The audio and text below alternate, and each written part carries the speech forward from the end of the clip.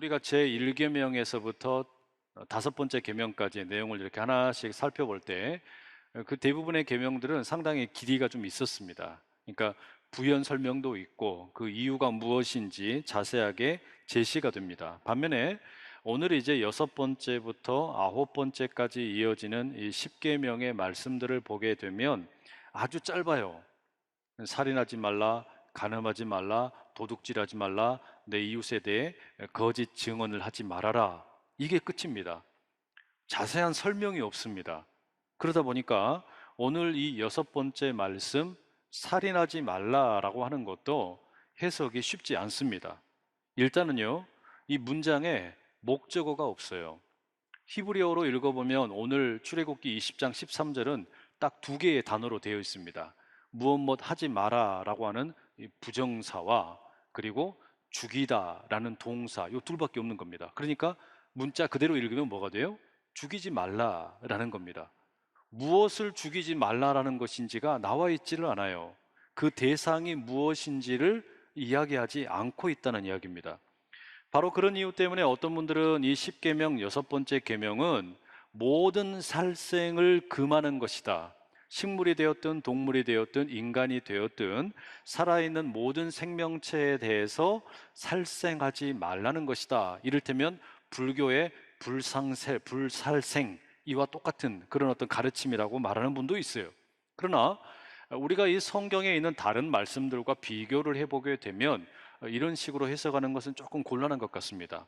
왜냐하면 창세기 1장 29절에서 30절에 보면 하나님께서 인간을 비롯해 땅에 사는 동물들에게 식물을 먹을거리로 주셨습니다. 음식으로 주신 거예요. 그러니까 이 여섯 번째 계명은 식물을 죽이지 말라 이런 뜻은 아닐 겁니다.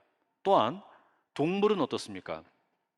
창세기 9장 2절과 3절에 보면 노아 홍수 이후에 하나님께서 이렇게 말씀하셨어요. 땅의 모든 짐승과 공중의 모든 새와 땅에 기는 모든 것과 바다의 모든 물고기가 너희를 두려워하며 너희를 무서워하리니 이것들은 너희의 손에 붙였음이니라. 모든 산 동물은 너희의 먹을 것이 될지라 채소같이 내가 이것을 다 너희에게 주노라. 하나님께서 노아 홍수 이후에 육식을 허용하신 겁니다. 그러니까 살아있는 동물도 먹을 수 있도록 허용을 해주셨어요. 그러니 이 여섯 번째 계명 죽이지 말아라 이 대상에 동물이 지금 포함이 되는 것은 아닐 겁니다. 다만 여러분, 식물이 되었든 동물이 되었든 간에 우리에게 먹을 수 있는 음식으로 허락을 하기는 하셨지만 그렇다고 우리가 아무렇게나 식물과 동물을 죽일 수 있다라고 하는 것은 또한 아닙니다. 왜냐? 식물과 동물의 생사 여탈권은 본래는 하나님에게 있는 것인데 우리가 선물로 받은 것이기 때문입니다. 하나님께서 우리에게 이 권리를 선물로 맡겨주셨어요. 그러니까 이 뜻을 헤아려 잘 사용해야지 내 마음대로 욕심대로 그냥 함부로 살생을 하면 곤란하겠죠. 그건 하나님의 뜻이 아닙니다. 자, 여하튼 간에 목적어가 지금 빠져 있어서 죽이지 말아라 라고 하는 이 여섯 번째 십계명의 말씀의 목적어를 우리는 아무래도 사람이라고 이제는 한정 지을 수 있습니다. 그런 이유 때문에 대부분의 성경은 이 제6계명을 죽이지 말라 이렇게 번역을 하는 게 아니라 인간에 대해서 살인하지 말라 이렇게 옮기고 있습니다. 이 본문이 말하는 살인 행위가 구체적으로 무엇인지를 알려면 본문에 기록되어 있는 이 죽이다라고 하는 이 히브리어의 의미를 좀 알아야 합니다. 사실 여러분 그 히브리어 가운데 죽이다라고 하는 단어는 여러 가지가 있어요. 그 가운데 오늘 이 십계명에 기록되어 있는 히브리어는 라차흐라고 합니다. 프랑크 크리제만이라는 구약학자는 이 라차흐라고 하는 동사는 의도적으로 계획적으로 남의 생명을 빼앗는 것이다. 이제 이렇게 정의를 내려요. 근데 이것은 특별히 여러분 어떨 때 쓰는 거냐? 폭력을 가지고서 사람을 죽일 때 쓰는 걸 말하는 겁니다. 하지만 뭐 노예나 또는 이방인이나 짐승을 살해하는 경우에는 이 단어를 쓰지를 않아요. 또 전쟁에서 적을 죽일 때도 이 단어를 쓰지를 않습니다. 법정에서 사형을 언도받은 죄인을 죽일 때에도 이 단어를 쓰지를 않습니다. 그러니까 이 라차흐라고 하는 죽이다라는 동사는 개인끼리의 관계에서 공동체로부터 승인을 받지 못한 즉흥적이고 고의적인 살인을 가리킵니다. 그러니까 무죄한 자를 불법적으로 죽이는 것을 말하는 거예요. 그러니까 이 여섯 번째 데칼로그의 말씀이 우리에게 주는 메시지는 뭡니까? 개인의 사사로운 감정을 가지고 피해 복수를 하는 거, 이거 하지 말라는 거예요. 악의적으로 살인을 하는 것도 하지 말라는 겁니다. 이걸 금하고 있는 겁니다. 그래야만 이제 애굽으로부터 빠져나와 가지고 새로운 민족 공동체를 시작하고 있는 이스라엘이라고 하는 이 신앙의 공동체가 개인의 자유를 지킬 뿐만 아니라 공동체의 질서와 평화를 유지할 수 있기 때문입니다. 그런데 여러분, 그럼에도 불구하고 이것을 또 우리가 조금 더 들여다보면 이게 쉽지가 않아요. 그게 뭐냐? 살인이라고 하는 것이 단순하지가 않습니다. 다시 말하면 살인을 우리가 이제 구분을 지어야 될 때가 있는데 이 세상이 점점 복잡해지다 보니까 살인이 다 똑같은 살인이 아니잖아요. 그죠? 예를 들어서 직접 살인을 하는 경우와 또 간접적으로 살인을 하는 경우가 있어요. 이 둘을 구분해야 될 일들이 생깁니다. 또한 고의적으로 살인을 하는 경우와 의도치 않게 실수로 사람을 죽이는 경우도 있어요. 이 둘을 구분해야 되는 경우도 역시 생깁니다. 성경은요, 고의적으로 그리고 직접 살인을 하는 경우 그 사람은 반드시 죽이라 이렇게 규정하고 있습니다. 민수기 35장 21절에 보면 아기를 가지고 손으로 쳐 죽이면 그 친자는 반드시 죽일 것이니 이렇게 말씀합니다. 그러니까 고의적으로 누군가를 직접 죽이는 것은 이거는 뭐 돌이킬 수가 없어요. 이거는 그저 복수를 허용되는 겁니다. 복수를 당해서 죽는 거예요. 하지만 여러분, 세상에 가만히 보면요, 자기 손에는 피를 묻히지 않으면서 남의 생명을 빼앗는 그런 경우가 참 많아요. 성경에도 보면 권력자들이 법을 교묘하게 이용해서 사회적인 약자들을 짓밟고 생명을 해치는 일들이 꽤 많은데 바로 그와 같은 행위도 성경은 라차흐라고 적고 있습니다. 십계명에서 살인하지 말라, 그 죽인다라고 하는 단어가 그런 경우에도 사용된다는 거예요. 그러니까 여러분, 정리를 하자면 십계명에서 지금 죽이지 마라, 사람을 죽이지 마라 라고 할 때 그 죽인다라고 하는 말 속에는요, 직접적으로 고의적으로 사람을 죽이는 행위도 있고 간접적으로 부자나 사회적인 약자가, 사회적인 강자가 약자들을 짓밟고 교묘하게 죽이는 것도 포함이 되고, 그리고 마지막으로는 약한 자의 미래 행복을, 그 어떤 삶의 가능성을 빼앗아서 짓밟아 버리는 것도 포함하고 있는 겁니다. 아주 포괄적인 것이죠. 그러니까 이 살인하지 말라라고 하는 이 십계명의 말씀은 그냥 문자 그대로 생명을 취하는 것만이 아니라 상대방의 행복을 빼앗아가는 것까지 포함해서 인격적인 살인과 간접적인 행위까지도 다 포함하는 거예요. 결국에 이 데칼로그 여섯 번째 말씀을 달리 표현한다면 그냥 문자 그대로 뭐 칼로 사람 찔러서 죽이지 마라 이것으로 끝나는 게 아니고 다른 사람의 생명을 해칠 수 있는 어떤 행위도 하지 말아라. 다른 사람의 생명을 귀히 여겨라. 아주 적극적인 포괄적인 말씀이라고 할 수 있어요. 그러면 여러분, 하나님께서는 왜 이와 같은 포괄적인 살인 금지를 말씀하는 걸까요? 한 세 가지 정도 생각을 해볼 수 있습니다. 첫째는요, 인간은 누구나가 다 하나님의 형상을 따라 창조되었기 때문입니다. 창세기 1장 27절 말씀에 의하면 하나님께서는 하나님의 형상을 따라 저와 여러분 모두를 만드셨어요. 이 형상이라는 게 뭡니까? 이집트나 바벨론 지역에서는 왕이 신의 형상으로 지음받았다라고 이야기를 합니다. 그러니까 왕에게만 특별한 신의 어떤 권리, 신의 능력, 신의 어떤 주권을 위임받았다는 거예요. 그래서 왕은 곧 신입니다. 왕에게만 그와 같은 특별한 권리를 부여받았다라고 이야기하는 거예요. 그런데 창세기는 뭐라고 말하냐면 하나님의 형상이 남자와 여자를 포함해서 모든 인간에게 동일하게 나누어졌다라고 말합니다. 예외 없이. 그러니까 왕에게만 주어지는 것이 아니라 우리 모두에게 이와 같은 하나님의 형상이 주어졌다는 겁니다. 따라서 남녀노소 모두가 다 이 땅에서 하나님을 증거하고 대표하는 존재가 되는 겁니다. 특별한 존재예요. 우리 모두는 하나님의 신성과 존엄성을 담고 있다는 겁니다. 그렇기 때문에 다른 사람의 생명을 위협하고 빼앗는 것은 인간적인 차원에서도 범죄이지만 더욱이 하나님을 모독하는 일이 됩니다. 그 사람 안에 있는 하나님의 형상을 지워버리는 일이 되는 것이고 하나님을 대적하는 일이 되기 때문입니다. 두 번째, 생명이라고 하는 것은요, 인간의 것이 아니라 하나님의 선물이기 때문입니다. 창세기 2장 7절에 보면 하나님께서 땅에 흙을 취하여서 사람을 빚으시고 그 생기를 그 코에다가 후 불어 넣으시죠. 그랬더니 사람이 생명체가 됩니다. 생명이 된 거예요. 여러분, 이 말씀이 의미하는 바는 생명이라고 하는 것이 우리 것이 아니라는 거예요. 내 것이 아니에요. 내 생명도 내 것이 아니고 상대방의 생명도 상대방의 것이 아니에요. 생명은 철저하게 하나님께서 우리에게 주신 선물입니다. 그러니까 본질적으로 인간의 생명은 하나님의 소유라는 겁니다. 따라서 내가 남의 생명을 빼앗거나 위협을 한다라고 하는 것은 생명의 주인이신 하나님을 부정하는 겁니다. 내 스스로 내 생명을 마음대로 할 수 있다라는 교만이 되는 거예요. 저 사람의 생명도 내가 내 마음대로 처리할 수 있다라고 하는 일종의 내가 하나님처럼 되겠다는 신성 모독이 된다는 겁니다. 그래서 하나님께서는 생명을 해하지 말라 말씀하시는 거예요.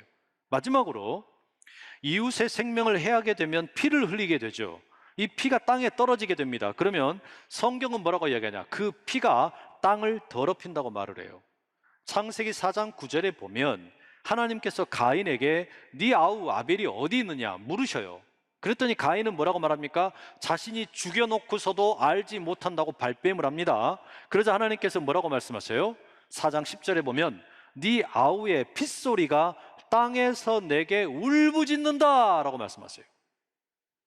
땅에서 아우의 핏소리가 울부짖는다고 이야기하시는 거예요. 이게 무슨 얘기입니까? 우리가 혹시 남의 피를 흘리게 하면 그 피는 땅을 더럽히게 되는데 이 땅이라는 것이 뭐냐? 하나님의 거하시는 처소라는 거예요. 이 땅이 하나님이 거하시는 처소인데 이 땅이 더럽혀지게 되고 그러면 그 피가 하나님에게 소리를 지른다는 거예요. 정리를 하면 모든 인간은 하나님의 형상을 따라 지음받은 존재이기 때문에 우리 모두에게는 그게 뭐 잘났든지 못났든지 돈이 많든지 적든지 상관없이 우리 모두에게는 하나님의 신성과 존엄성이 깃들어 있어요. 그러니까 생명을 취하면 안 돼요.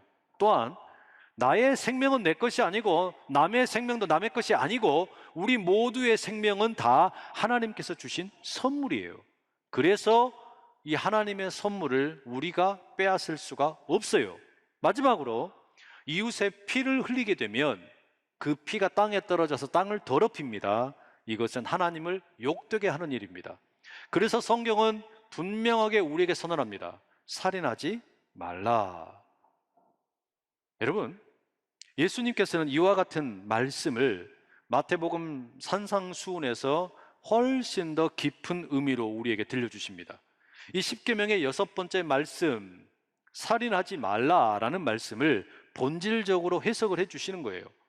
즉 문자적으로 이해를 해서 그저 겉으로 드러나는 살인만이 문제가 아니라 우리가 이웃에 대해서 품고 있는 분노와 미움 역시 살인죄에 해당한다고 말씀하세요. 아주 무시무시한 말씀을 하시는 겁니다. 마태복음 5장 21절과 22절 말씀인데요, 우리 자막을 보시고 함께 읽어보시겠습니다. 시작. 옛사람에게 말한 바 살인하지 말라, 누구든지 살인하면 심판을 받게 되리라 하였다는 것을 너희가 들었으나 나는 너희에게 이르노니 형제에게 노하는 자마다 심판을 받게 되고 형제를 대하여 나가라 하는 자는 공회에 잡혀가게 되고 미련한 놈이라 하는 자는 지옥불에 들어가게 되리라. 여러분, 예수님의 이 말씀 가만히 읽어보면요, 좀 지나쳐요. 아니, 내가 내 옆에 있는 사람 보고 이 미련한 놈이야 라고 했다 그래서 지옥불에 들어가야 된다니, 이거 너무 심하지 않습니까? 여기 나와 있는 라가라는 말은요, 아람어로 쓰이는 유대인들의, 이 이스라엘 사람들의 욕입니다. 거친 말이에요. 뭐 예를 들어서 이 라가라는 게 뭐냐면, 에라 이 미련한 놈아, 이 바보야, 이 천치야, 이 머저리야, 이런 뜻이에요. 더 할까요? 하여튼 그런 욕이에요. 근데 이 홧김에 내뱉는 이 욕설이 예수님 말씀에 의하면요, 언어 폭력일 뿐만 아니라 상대방의 인격을 훼손하게 되고 결국은 그를 죽음에 이르게 한다는 겁니다.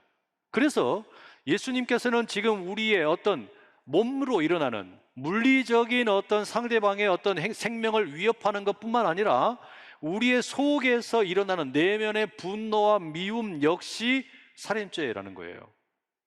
너무너무 심하게 말씀하시는 것 같잖아요. 이게 지나친 확대 해석이 아니냐라고 반문하실 수도 있어요. 그런데 사실 여러분, 성경 곳곳을 읽어보게 되면 우리의 말에 권세가 있다라는 말이 참 많이 나오죠. 그런 가르침이 많이 나옵니다. 우리의 말이라고 하는 것이 실제로 사람을 살리기도 하고 사람을 죽이기도 합니다. 좋은 말을 계속해서 듣게 되면 죽어가는 사람도 살아나요. 그러나 나쁜 말을 계속 듣다 보면 그 사람이 죽어버려요. 실제로 그런단 말이에요.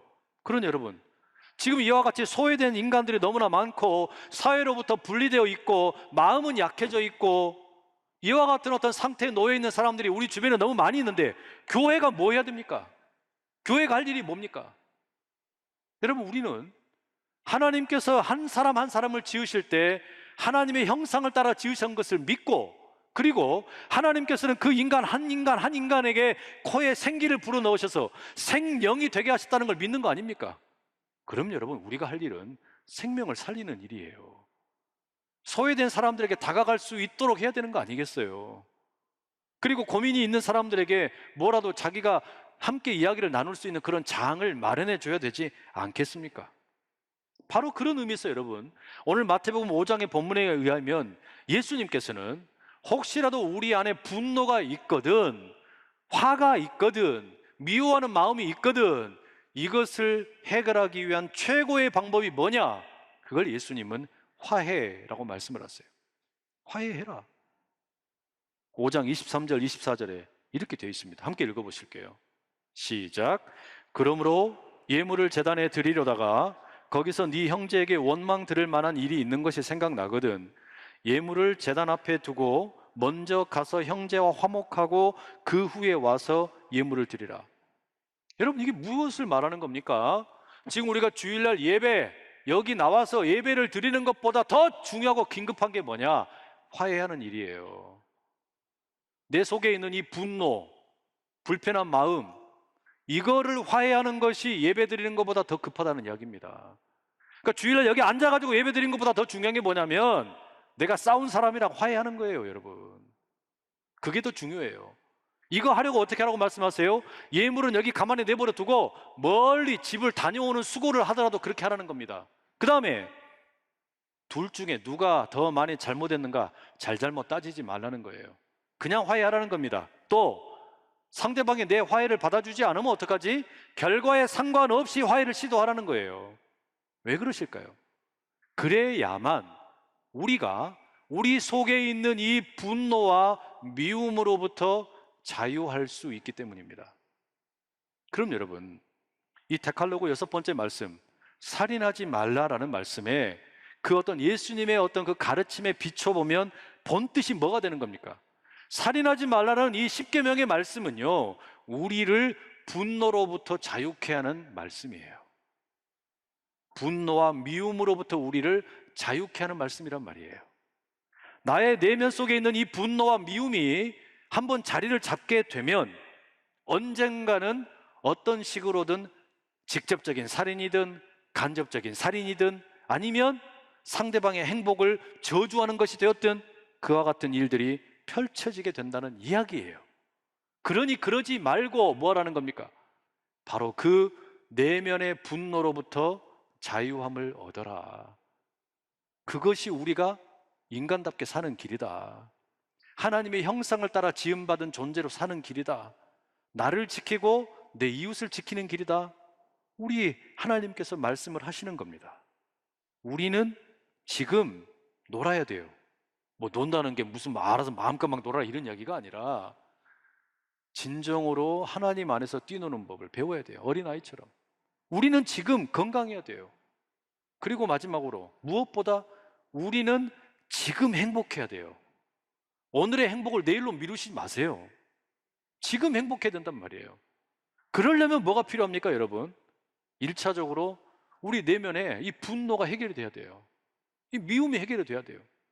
이 분노와 미움이 해결되지 않으면 내가 지금 행복할 길이 없는 거야. 그렇잖아요.